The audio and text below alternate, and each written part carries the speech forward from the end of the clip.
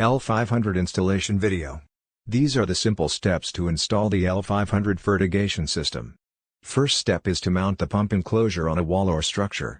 It should be mounted near AC power and near the main irrigation line. Next, install the flow sensor in the irrigation main line, and place a valve box over it to access the flow sensor and injection valve. Next, run discharge tubing from the pump discharge union connection to the injection valve in the flow sensor T. And run the flow sensor cable back from the flow sensor to inside the pump enclosure and connect the wires to the terminal. Red to red, black to black and white to white. Next, run the suction tubing from the suction union connection to the tank.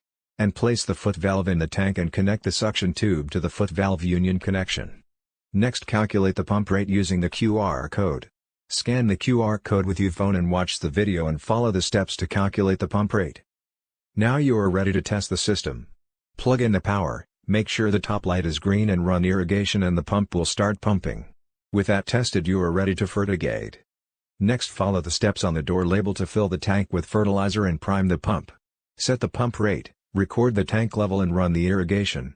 Then check the tank level to determine if you hit your target rate. If not, adjust the rate up or down to hit target rate and continue to fertigate.